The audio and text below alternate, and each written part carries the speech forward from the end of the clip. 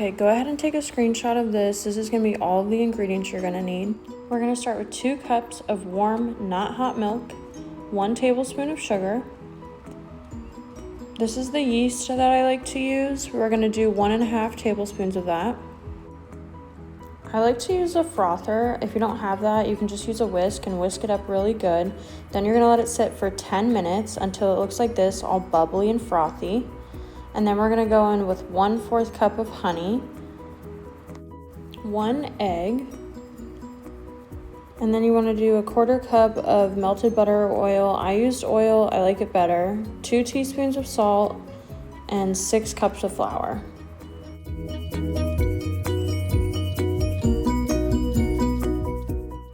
Okay, so now we're gonna throw in that first mixture that we made into that and just stir it up a little bit. It doesn't need to be like super mixed in, just enough. And then you wanna go ahead and put your dough hook onto your mixer. And I like to put it at setting 2. You wanna let that go for about 4-ish minutes until it's all mixed together, nice and kneaded. It's gonna look something like this. You just wanna make sure it's not sticky. If it's really sticky, go ahead and put a little bit more flour in and keep kneading that until it's not sticky anymore. You wanna put a little bit of oil on your hands. When you're like pressing it, you wanna be able to put your finger in it and it kind of bounce back like memory foam, just like that.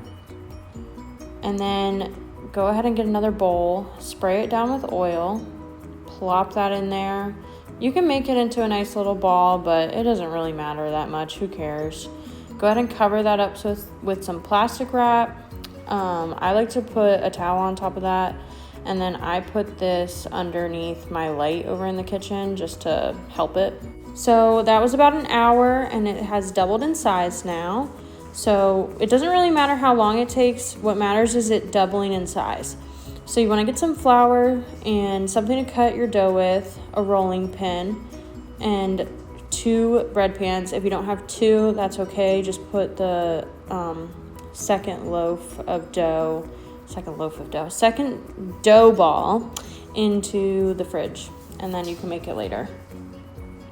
Okay, so now we're gonna go ahead and kind of get it into a flat-ish shape to where you can cut it in half and it feels like mostly even on both sides. It's not that serious, but you know, try your best.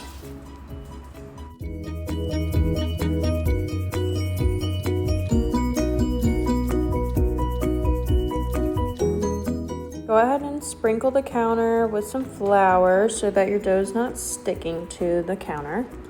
And we're just going to get it into like an ovalish, rectangle-ish, weird shape. You just want to roll it out, get it as flat as like, I'd say maybe 1/2 inch thick.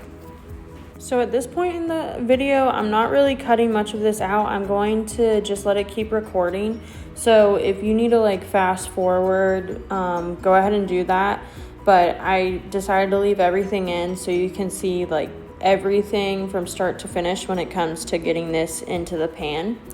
So you're just gonna be doing what I'm doing, rolling it. You want it to be like a semi-oval rectangle shape. Like I said, 1/2 inch thick, but yeah.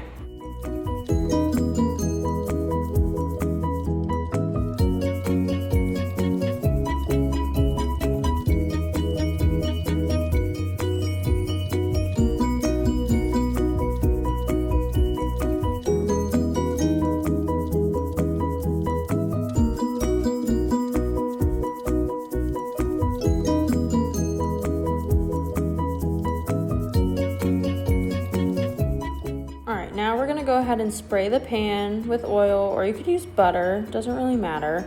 You just wanna make sure you put something in there, or even like the wax paper, so it's not sticking when you take it out of the oven. So you're just gonna roll it up like I'm doing right here. It doesn't need to be like super perfect, super pretty. It really doesn't matter that much. Some type of shape that looks like that is good.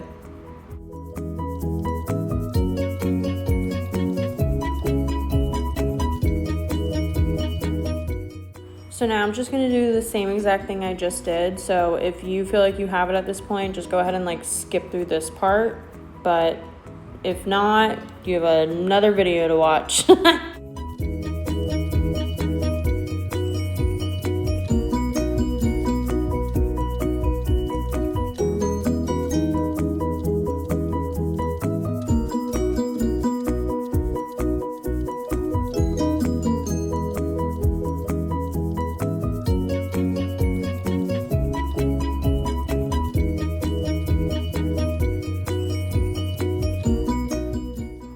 What I'm doing here is taking out a little air bubble. So if you see those, you just go ahead and pop them and push them flat. It doesn't need to be like no lines or anything like that. Just like, as you know, it needs to be flat, but not like no imprints of anything. You know what I mean?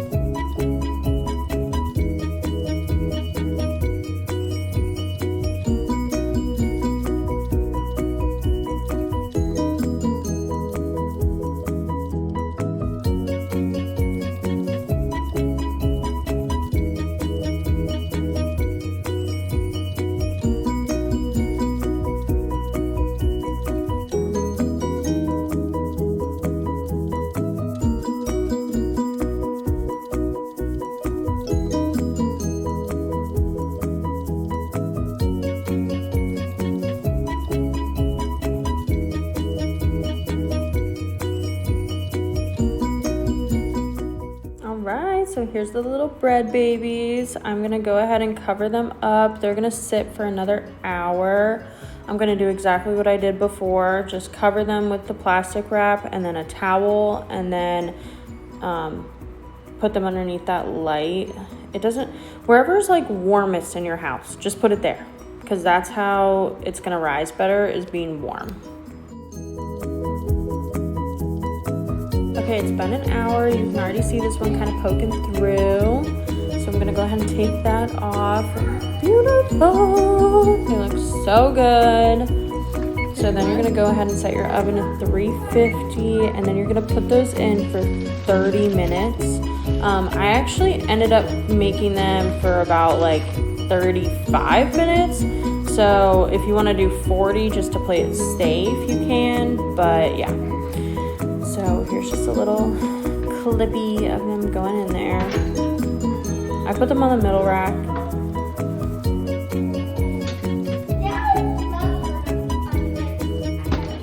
All right, so here's what they're looking like at 30 minutes. So beautiful. But then I put this in and they were not ready. They were not hot enough. You want it to be at 190 to 200, 190 to 200. You can see it is not done yet. If you don't have this, cook it for 40. Play it safe. Now they're ready. So that was like 5 more minutes. So, and then you want to go ahead and put some butter on there once you take them out and they're all ready. And then you want to just let it sit until it's fully cooled off. If you cut into it before it is fully cooled off, it is going to be like mushy, unbaked bread. Beautiful.